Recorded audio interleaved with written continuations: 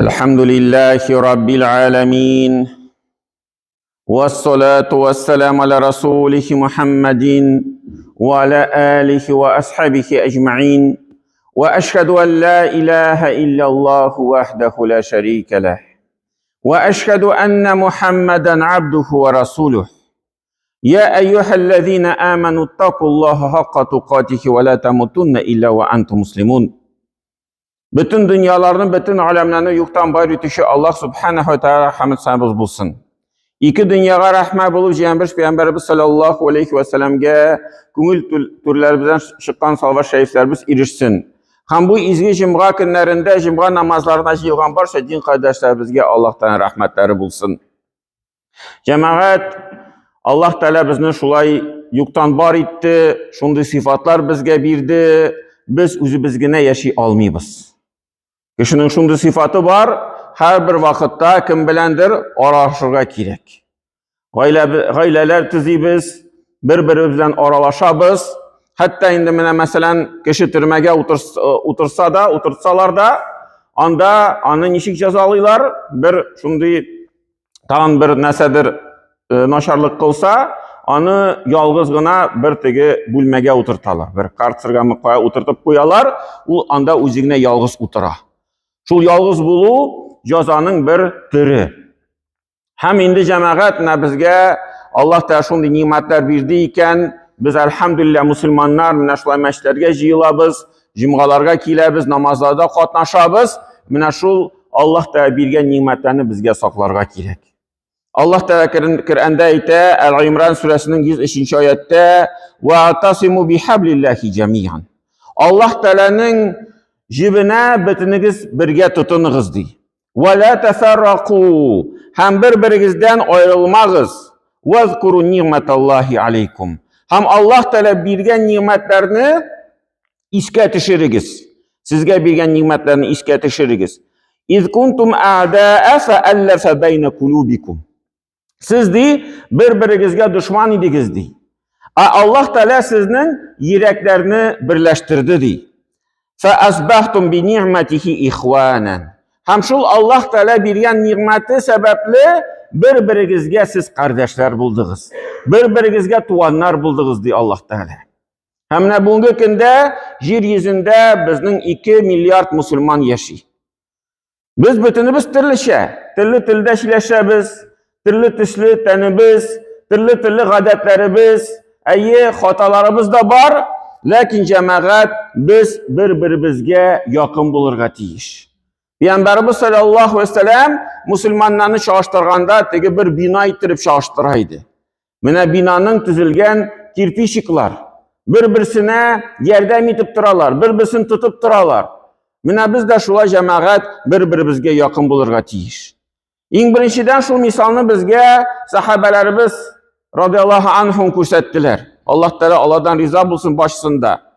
Allah'ın arasında türlü halli kişiler var idi. Büyük boy kişiler de var idi. Mesela Ebu Bakır, Ömer radıyallahu anhum. Hem büyük tüben dereceli kişiler de var idi. Şulu Bilal radıyallahu anhu. Ul tegi kıl idi, kara tenli idi. Lakin Allah Müslümanlar bulgaç birbirine bik yakın buldular.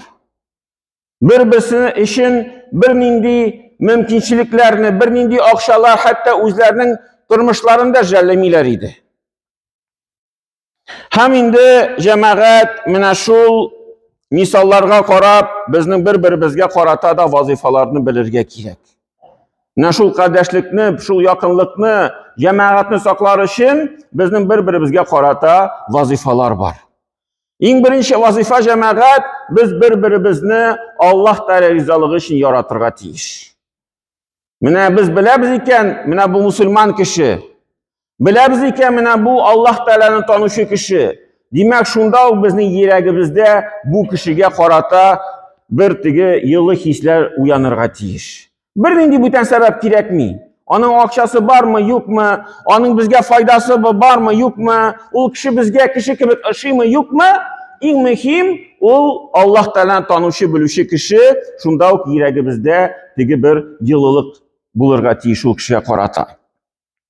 İkinci cemaat şu yıllılıkның bir eseri bir-birimiz için her vakitte dua kılıp durga kerak. Mine bilemiz iken bir kardeşimizin bir ağır hal kelip çıktı iken turmuşta, bir meşakkat kelip çıktı iken, şunda ya Rabbim mine şul yakın kişime, şul kardeşime yardımını bir. Ana şul meşakkatlerini jingillikten şişirge nasip edip, her vakitte bir-birimiz için dua kılırga tiyiş. İşin ise cemaat, o indi bir-birimiz turunda yaxşı fikirler saklav. Mine biz aralaşabız, türlü haller kelip çıga, türlü sözler işitirge mümkün.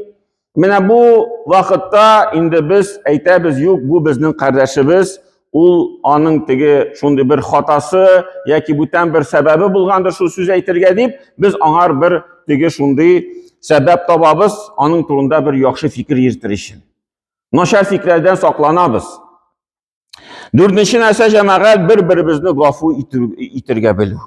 Allah Teala gafu itüşü Bismillahirrahmanirrahim deb aytamiz. Ar-Rahmanir-Rahim. Hamına şu sıfatlar bizde de bulurga tiyiş. Bizde de bir rahimlik, bir yumuşaklık bulurga tiyiş. Biz kişiler hatalar var, türlü ko'rinishlar var, türlü sıfatlar var her birimizde. Lakin cemaat biz indi aytamiz bu tigi kişinin o'zining javobligi, o'zining tigi tabiati biz onu gafu etamiz mesela. Hem beshinchi narsa cemaat bir tigi bir-birimizni şu şadlıkni, ham qayg'ini birga o'rtoqlashuv biluv. Bular shunday ishroqlar kishini qayg'u bulg'ach, biz onun için qayg'irmaymiz. Bular shunday ishroqlar kishining shodligi bulg'ach, biz onun için shodlanmaymiz. Mine bizge şu qayg'ularni, shodliqlarni birga cemaat şulay o'rtoqlashuv bilirge kerak, ilanirge kerak. Hem cemaat şu cemaatni saqlav yüzünden, şu cemaatni birdam qilу yüzünden Allah Teala bizge indi qay bir qoidalar berdi. Hem eng birinchi qoida şu cemaatda, şu jamiyatda bir iman belgilav. Hatta Peygamberimiz sallallahu aleyhi ve sellem nasıl dedi? Üç kişi yolga seferge çıksa, birisin imam ittirip bilgilep koysunlar. Nasıl var indi? Üç kişi yolda qaydır baralar, imamını bilgilen mesele de bula. Kengaşlaşıp neyde bula işleybiz, tigile işleybiz, bu yakka barabız, tigi yakka barabız. Lakin Peygamberimiz sallallahu aleyhi ve sellem nasıl dedi? Bir kişini imam ittirip bilgilensinler. Ul tigi hüküm etsin. Eğer de şunday işraqqa qalsa, iş kişi yok bizning her bir kişi o'zining so'zinde bula deb aytib tursa, o vaqtda o seferinin uğuşluğu bulmay. Baribir qarshilik kelib chiqa. Bu yoqqa boramiz, yo'q bu yoqqa boramiz. Bunda to'xtalamiz, yo'q teginda to'xtalamiz. Bu yerga osharga kiramiz, yo'q tegi yerga osharga kiramiz. Hamma shunday masalalar kelib chiqa. Na shu qarshilikni jingirishing Peygamberimiz aytdi, seferda bo'lganda ish kishi orasida bir kishini imom etib belgilaysiz. U sizga ayta, qoya tutarga, qoya asharga, qoya namoz o'qirga, qoya yiqlarga, bitinisin u belgilab boradi. Kengashlaşib, lakin oxirgi so'z mana shu belgilangan kishi ortidan qola. Ham endi ish kishi orasida shu qoidani belgilagach, endi begrakda zo'r jamiyat orasida, masjidda bo'lsin, butun bir yerda bo'lsin, endi ayrim bir yetakchi, ayrim bir imom belgilana jamoat. Hem Allah Teala şunun tunda aytdi, Nisa surasining 59-oyatda: "Ya ayyuhallazina amanu, ey siz iman keltirgan bandalar, atiulloh, Allah Teala buysunig'iz, va atiur rasula, ham payg'ambarga buysunig'iz, va ulil amri minkum, hamdi sizning orangizda shu yetakchilarga, imomlarga buysunig'iz." Kimlarni siz o'zingizning orangizda saylab qo'ydingiz? Hem hadiste de Peygamberimiz sallallahu aleyhi ve sellem ayta, "Men kharaca an taati", kimdi itaattan çıksa, ve faraqal cemaate, hem cemaattan ayrılsa, ve mate, hem şu halde ölse. Mine bu kişilerini tanımayım, bu kişiler bilen aralaşmayım, min Allah bilen birge tugil, Allah dürüst işini işlemeyler, min yine dürüst işleyeyim deyip şunday fikirler bilen kişi yirse, hatta mesela meşitte de mine şunday kişiler yirerge mümkün. Benim namazım dürüst, bu kişinin namazları dürüst değil. Benim tertibim dürüst, bu kişinin tertibi dürüst değil. Min gina dürüst tasbih tartam, bu kişi tasbih dürüst tartmay, şundi ko'nglida fikir bo'lsa, bu endi mana shulay jamoatdan ayrilgan kishi kelib chiqa. Ham agar shu holda o'lsa, shu jamoatga qarshi bo'lgan holda o'lsa, deb Payg'ambarimiz sollallohu alayhi vasallam famitatuhu mitatul jahiliya. Onun o'limi de shu jahil kishilarning o'limi kebek bo'lacak de. Tegi islomdan tish bo'lgan kishi kebek de vafot bo'lgan kishi agar da mana shulay jamoatdan ayrilsa. Ham Payg'ambarimiz sollallohu alayhi vasallam shulay bir hadisda ayta, men de ul hadisni qachon aytdi? Shu oxirgi haj vaqtida. Shu savbulashu va'g'azi degan onun hadisi var.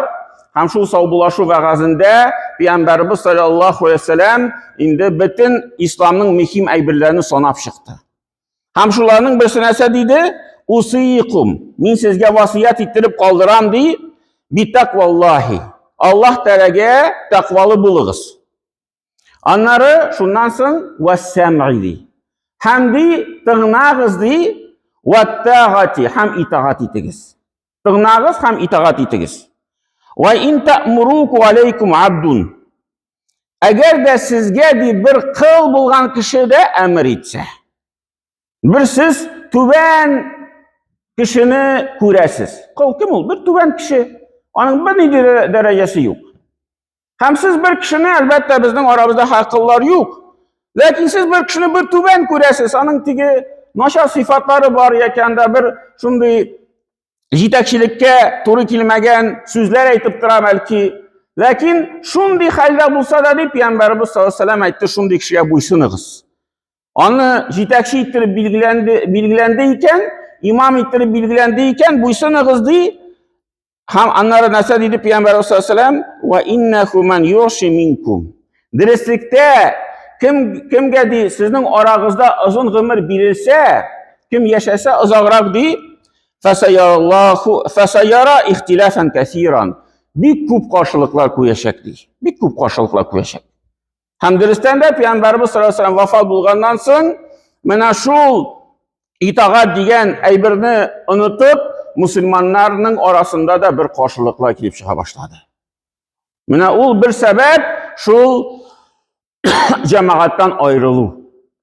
Ham bizga jamoat mana shu jamoatni, jamiyatni birgalashib saqlab turishga kerak. Ham endi shu jamiyatning birga bo'luvining bir zo'r ne'mati, bir tigi amanatli bir imin yerda yashaw.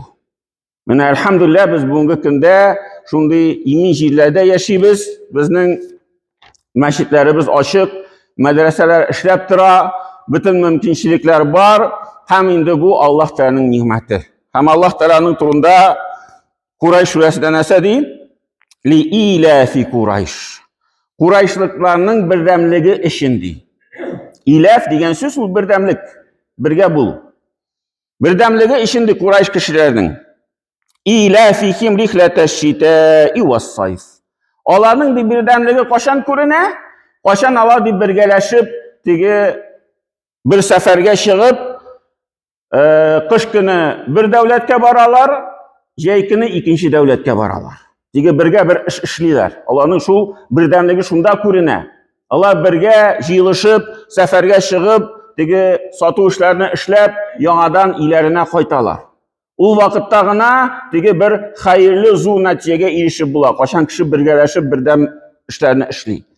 Ham Alloh taolo ayta, mana shuldi ular birgalashib yeyila safarlarga.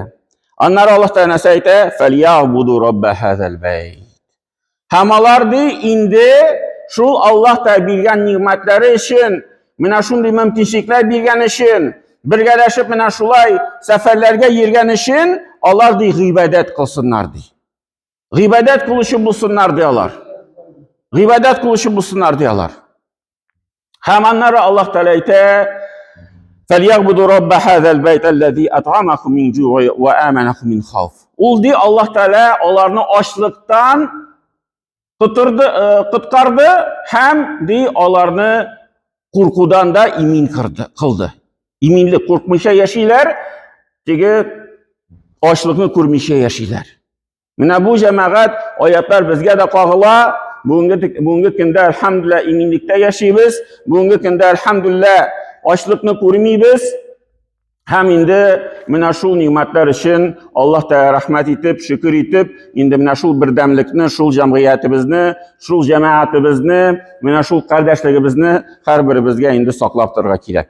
Barakallohu lana va lakum fil Qur'anil azim, nafa'ana va iyyakum bil ayati va zikril hakim, innahu huval jawwadul karim va sami'ud du'a.